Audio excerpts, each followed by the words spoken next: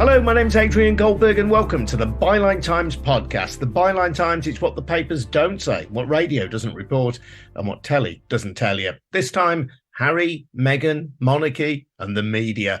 Like every other commentator at the point at which this podcast is being recorded, we haven't actually seen the Netflix series about Prince Harry and Meghan Markle, but we have witnessed the ferocious howls of outrage from the tabloids, who the Duke and Duchess of Sussex clearly have in their sights. Here's a taster from one of the trailers.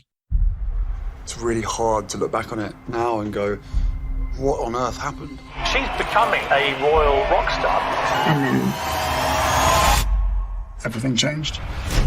You know, there's leaking, but there's also planting of stories. It's about hatred. It's about race. The pain and suffering of women marrying into this institution, this feeding frenzy. I was terrified. I didn't want history to repeat itself. I realized they're never going to protect you. No one knows the full truth. We know the full truth. That's a snippet of the trailer from Harry and Meghan on Netflix, which has been described by The Sun as Sussex, lies and videotape. Clever, but are they being entirely fair? We're going to hear shortly from freelance writer and royal commentator RS Locke and the comedian and journalist Avva Vidal. Before that, just a reminder that the Byline Times podcast is funded by subscriptions to the Byline Times, our brilliant monthly newspaper, which features content you can't read anywhere else. We don't have a millionaire backer. There's no huge media corporation behind us. We rely on ordinary readers and listeners like you to support our fearless independent journalism. You get more details on how to subscribe over at bylinetimes.com. That's our news-breaking website. Subscriptions cost from as little as £3 a month. So maybe you're thinking of a Christmas present for someone, head over to bylinetimes.com and check out how to subscribe. RS Locke, Avva Vidal, welcome. RS, I'm just keen to get your view from the United States on how we Brits are managing this whole media circus, I'm afraid to say it, that this has become. I think circus is accurate from our point of view. There's a lot of intrigue and excitement about what this docuseries might be based on the trailer from the U.S. side. But for almost a year now, there's been, speculation and a lot of briefing from whether it be anonymous sources, either in the industry or from the palace, who claim to know what this is about. And the fact that we've all seen basically 2 minutes of a trailer between the teaser that they did last week and the one that came out earlier this week. And yet there's all of this conjecture as to what actually is in the docuseries. So it just all feels a little bit overwrought. One of the things that we know they're going to say, though, based on those trailers, is that stories have been planted in the newspapers, unkind stories, unpleasant stories. And the previous documentary that Meghan and Harry made for Netflix as well indicated that they felt that there had been people briefing against them from within the palace. Yes, and it's true. So I think Harry and Meghan, they said what was true. And what you now have is royal reporters who are the folks who are in contact and have the direct access to the palace, who over the years have expressly stated in their articles that they are talking to palace sources, palace insiders, palace aides. And then even in a recent documentary that the BBC did called The Princes in the Press, no less than 4 royal commentators said that the royal household, so the household that Prince Charles, as he was, Clarence House, Kensington Palace, which is where William and Kate, their household, and then also as the Sussexes were in Buckingham Palace at the time, that the palaces were briefing against each other rather, and that Kensington Palace in particular was one of the ones who was doing it quite a bit. And Avva, on this side of the pond, we think back at the life of Princess Diana, Harry's mum, and the vicious stories that appeared about her in the tabloid press, and indeed the way in which she died, being hounded by the paparazzi. This has got some pretty heavy echoes, I think. Yeah, definitely it has. It's like they haven't learned from history. It's just repeating itself. I think it's a real shame. And I just think the timing of everything is absolutely beautiful, with the fact this series of The Crown's just come out. Harry's book's coming out next month. Obviously, this documentary's coming out. And also the whole Ngozi Fulani thing has also happened recently, involving some of the same characters. So it's all, a bit of a soap opera. And that, of course, was the story where a woman who is British born was persistently asked by Lady Susan Hussey where she was from, because she was wearing African headdress, and Lady Susan couldn't seem to understand that somebody who was born in Britain might have a heritage that was somewhere else, but would still say that they were born in Britain, because that is where she is from. She wasn't wearing an African headdress, though. She was just wearing a headband around her locks.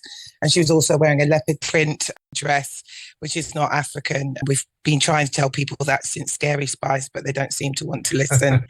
I think that could have just been an opportunity to have a nice conversation about microaggressions. But of course, it just went wild. And, she's left feeling unsafe for just speaking about her experiences. And I think people need to stop it now, because she's a natural human being with a family, with feelings. It's just unnecessary. But it's this same hysteria that you see when Meghan speaks out as a woman of colour. And I do think that is a factor in it. I'm sorry, but I do.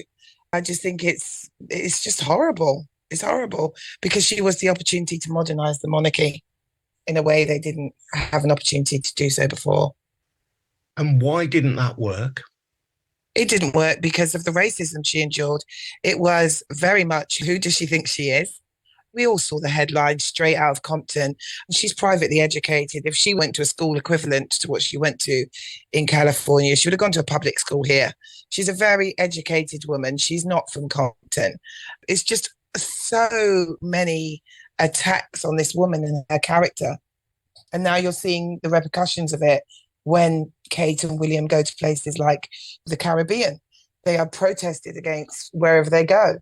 I don't think William and Kate are a modern face of the monarchy. I think they're very much of the same. And I guess I would add, going back to the issues with Lady Hussey and the incident that happened last week, Lady Susan Hussey was one of the advisors that the Queen had assigned to Meghan when she first was coming into the palace, to help her with the transition to royal life.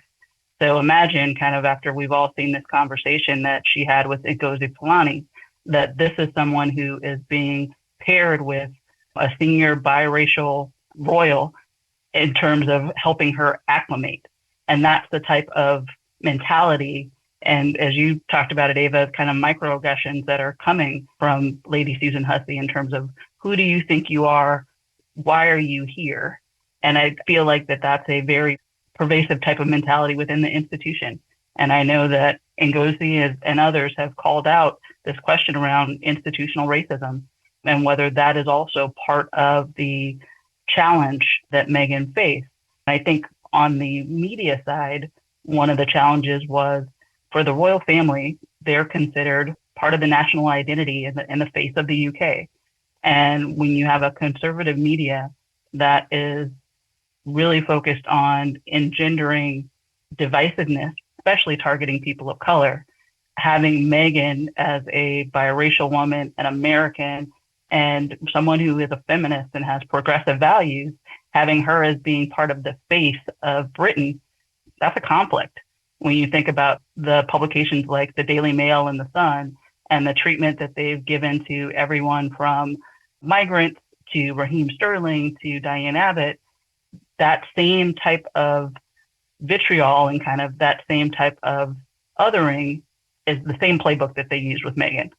It bridged across the globe because of how high profile the royal family and Harry and Meghan as part of the institution are. And is that the perception generally, would you say, in the United States, that the UK and the royal family in particular could not be welcoming to a person of colour? I don't think that was the perception initially. I think our perception, and I'll speak for myself, is because in America, the royal family is almost kind of treated as a elevated celebrity They're carried in our entertainment news. As I was growing up, I was seeing Princess Diana, Prince Harry, Prince William. They're in People magazine, Us Weekly, and Teen Pop magazine. That's, for the most part, how they are treated. In America, with our celebrities, it's mostly kind of positive coverage. Everybody is just interested in what they're doing. So you're not digging into the politics of it, if you will, and some of the cultural elements. So I think in terms of Princess Diana and the folks who are old enough or have closely followed her experience in the royal family, there is this sense of women who are outspoken not being accepted and coming to harm within the royal family. So I think there's that perception within the US. But until this conversation, I don't know that there was as much of a discussion about the institutional racism, despite the fact that the royal family has a history of imperialism and colonialism in the Commonwealth. For us as Americans, it's been a republic so long that we have some distance from that legacy. Is there an element as well, Avva, of class bias here? I remember when Kate Middleton herself became a member of the royal family, there were numerous references to her being, in inverted commas, a commoner. She hadn't got royal blood, but she's willing to play the game. And the difference is, I think, that Meghan Markle, who is, by the standards of these things, which are strange standards to my eyes, but by the standards of these things, she's also a commoner, but she won't play by the rules. And that's the difference. You can be accepted if you shut up, if you smile nicely, but if you want to have an opinion, if you want to stand out and be different, then you're in the wrong family. It's not just race with Meghan Markle. I think class, I don't even think it's so much that, because once someone comes in from another country, I don't think that, like I said, if she was here, she'd be a public school girl. I think that it was also the fact she was divorced. She is American. I think there was just, people like Wallace Simpson's haunting the royal family. I think obviously with Charles being able to remarry and marry Camilla as the heir to the throne, they couldn't really throw up a divorced person as that much of an excuse. But I think that all these things rolled into one with Meghan. And I do think that at the beginning, Meghan was playing the game. She was being fine. But how much of that are you supposed to tolerate? Every single time you open the newspaper, there's just lies about you. And it's just relentless. And after a little bit, she must have thought, well, you know what? I grew up in America. In America, I'm actually a star. I'm a millionaire in my own right. I don't actually have to live like this. And they chose to walk away, and good for them. But I do think it was a number of issues that really wound people up about Meghan. And I'm not downplaying the race thing at all, because I think there was a lot of jealousy from a lot of English women towards Meghan. RS talked about the way in which the royals in the United States exist as a phenomenon of pop culture. And there's an extent to which that is true in the UK. But of course, here, the monarch is at the pinnacle of our constitution. King Charles is our head of state. I just wonder how it makes people of colour in this country feel that a person of colour could not, one way or another, find an accommodation within the family that is supposed to represent all of us. Well, that's exactly what the problem is. And for us, Meghan, for most of us, people who look like me, Meghan's white passing. She doesn't she doesn't look like me. She doesn't look like an Ngozi Fulani. She doesn't look like what the average second generation Caribbean or African woman would look like. So when you're seeing that, and you're seeing that level of racism leveled at a woman like that, you do tend to think, what hope do you have? And I know a lot of Black people in this country, people from marginalized communities and stuff, we feel like we have to defend Meghan, because right there we're seeing what would happen to us, probably even worse, if we were anywhere near this institution. I think that when it comes to Meghan, there's also, some people don't have any sympathy for Meghan. They're like, you married into a racist institution, which is how the royal family is viewed by a lot of people who have family in the Commonwealth. But because of how she's been treated, people feel the need to go, well, hold on a second, two things can exist at once. Yes, you married into this institution. Yes, you should have really known better. But at the end of the day, we're always, always, always going to defend people from racism. We defend Suella from racism, Pretty from racism. We defend Kemi Badenoch from racism. And those are like three of the most awful people out there in terms of what they actually do and what they stand for. But I think, you know, the way we feel is you just can't let any racism slide. None. I think it's interesting. I've definitely heard both sides of this in terms of Brits who feel like Meghan is a representation of not just what they would have experienced if it was them who had married into the royal family, but what they experience on a daily basis in the UK. And then also the counter of you should have known what you were getting into. And I heard that from not just people of color and not just Black Brits, but broadly. And I think the underlying question that no one really wants to ask there or say out loud is in the basis of you should have known what you were getting into is to say that the royal family is racist or has institutional racism inherent within the institution. And that's not something that people are willing to say out loud. They put it on Meghan as if she was the catalyst for all of this. Whereas really by saying she should have known, you're saying the royal family is racist. How can Meghan not know this? I don't know who you're in touch with on this side of the pond, but people have been screaming about racism in the royal family for a very long time. People have been speaking about it in Commonwealth countries. I'm a second generation Caribbean. They've been speaking about it here with Prince Philip and his so-called gaffes. Princess Michael of Kent, when she went to America, was shouting at those people in the restaurant. The fact the Queen wouldn't sign up to the anti-discrimination bill. I mean, we have been talked about it. And if it's seen that we haven't spoken about it and we're putting it on Meghan, that just shows that our voices are not being heard. Agreed. And I think for me, so while she was in the royal family, or in terms of being a working royal and living in the UK, Meghan didn't speak directly about racism. If you look back, the comments and the defense about the racist abuse that Meghan was receiving all came from Prince Harry.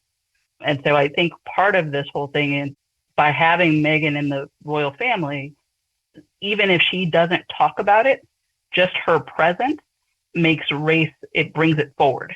It brings that as a point of conversation in a way that the royal family and the royal reporters were able to get away with not talking about. Some of the articles and things that you cited, Ava, are recent. The Guardian reporting about the royal family not hiring clerical staff who were people of color until the late 60s. That just came out, as far as I know, within the last year. Sorry, that's not true. We've been talking about that. There have been Black people here who have taken the royal family to court before. So we have been speaking about it. The fact our voices are not amplified and people don't know that, that's a different thing. But we have been talking about Prince Philip and the really racist comments that he's been making for years. This is not a new thing, not at all. And I just think in terms of you saying that Meghan never spoke about it, agreed. Look at Ngozi Fulani. Black people in this country, we know what's going to happen to us. If we speak out loud about certain things, about certain institutions, we know what happens to us, and I'll leave it there because I know what's going to happen to me. No, and I agree with you, Ava. On that, I agree that everyone knew that the risk that Ngozi Fulani took in talking about her experience and talking about the abuse that she received. And that has been totally flipped in that people are defending Lady Susan Hussey and treating Ngozi as if she has done something wrong in bringing forward what happened and talking about her experience. One of the reasons why perhaps your voice hasn't been amplified, Avva, is the close relationship between the tabloid newspapers and the royals. And for many years, it seemed to me and to many other observers that the royals have felt that they've needed the tabloids to promote them and to defend them. And the tabloids have benefited from having a close relationship with the royals. So it's been a circle of mutual support. So beyond a certain point of acceptable criticism, should we say, essentially the tabloids have worked to uphold the royal family and the institution of the monarchy, and the monarchy has been complicit in upholding the popularity of the tabloids. They have been hand in glove for decades. Absolutely. I think Princess Diana was the biggest example of that. I definitely think that they work hand in hand, as they do with all celebrities, really. We saw in Max Clifford's day when he was talking about his book, and he would say, okay, I manage this person. Hey, we've got a story about ex-Tory politician. We'll sit on it for a while. We're not going to say anything. And when something else comes out, we'll give you this story instead. So there's always been a game play between tabloids and celebrities. And as RS has said, they are kind of celebrities in a way. They are the best known royal family in the entire world. So, yeah, they do play the celebrity game, definitely. But I personally would say the press and the tabloids are more in charge than the royal family actually are. I think the royal family need them more than they need the royal family, for sure. They haven't helped themselves with the trailers, though, have they? Because they have singled out in the trailer a couple of the tabloids who they're presumably going to have a strong go at in the series, The Sun and the Daily Mail. And I mentioned The Sun's witty headline, Sussex, Lies and Videotape. And they're pointing out that some of the crowd scenes that are being used to illustrate the way the paparazzi scrum around the royal family are actually taken from other situations, nothing to do with the royal family. There's a picture which suggests intrusion by the press when they have one of their children. But in fact, that photograph was taken with the couple's knowledge and permission and part of a pooled photograph that was shared with media around the world. So this is ammunition to people who don't like Meghan and Harry. They're going to find anything. At the end of the day... That's a fair criticism, though, isn't it? I mean, in fairness... No, what I'm about to say is why I don't think it is. Because even if they did pose and agree, because they've always had like, okay, we'll give you this amount of time, maybe you don't want to do that. They are forced into doing that. And it really doesn't matter if a picture is old or a picture is of a different situation. They are hounded by the press a lot. If I was famous, I'm not sure I would want to have to sit down on a day I don't feel like it and give an organised press thing. You saw it with Prince Charles a few years ago with Nicholas Witchell, where he said, oh, God, I hate these ghastly people. Maybe they just don't want to do it that day. So even if they've used a pulled press picture, and it is only a short clip, I just think whatever they say, whatever they do, they're going to have people hounding them. They're going to be looking for criticisms of them so they can say what they like. Just for sake of clarity, some of the footage used in the trailer, supposedly showing Harry surrounded by paparazzi. One was a picture of him with an old flame, a woman called Chelsea Davy, rather than with Meghan Markle. There's footage taken from a magistrate's court in Sussex in England, where the camera crews are actually filming Katie Price, who is a glamour model. And there's other footage, which is of Donald Trump's personal lawyer, Michael Cohen, leaving his New York apartment. So they're taking footage out of context and making out that it's about them. The other thing that we're doing, though, is taking the trailer out of context because we don't know how that footage is actually used in the broader docuseries. So I'll say that. But I'll agree with you to some extent. Using stock footage and stock photography, while it is industry practice, in this instance, when you know that you're going to be so highly scrutinized by the tabloid press, it is a little bit lazy. The thing I will say, though, is that the Sussexes, while they don't have the photographer scrums that were alive in Princess Diana's day and that chased Kate Middleton before her marriage, that they chased her through the streets, part of what the docu-series at least is intended to show based on some of the voiceover is what happens to women who marry in the royal family. So it is very possible that some of that footage is intended to show what the environment is like, not just for Harry and Meghan, but more broadly.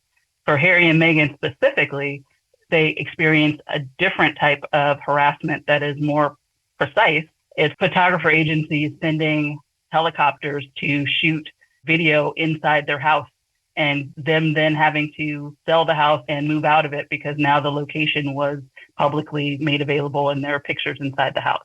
It's another agency sending a drone camera over their backyard when they were in California and taking pictures of their son, Archie, when he's in his backyard in his house and then selling those.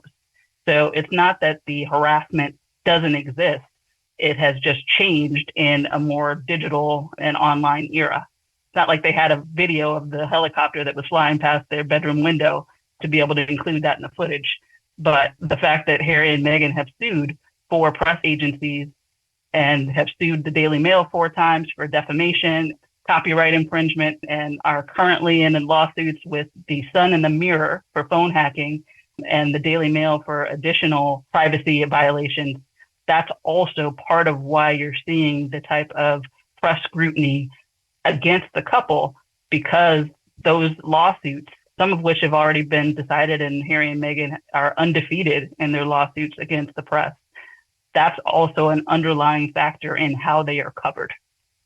What do you think this will do for the royal family's popularity in the United States?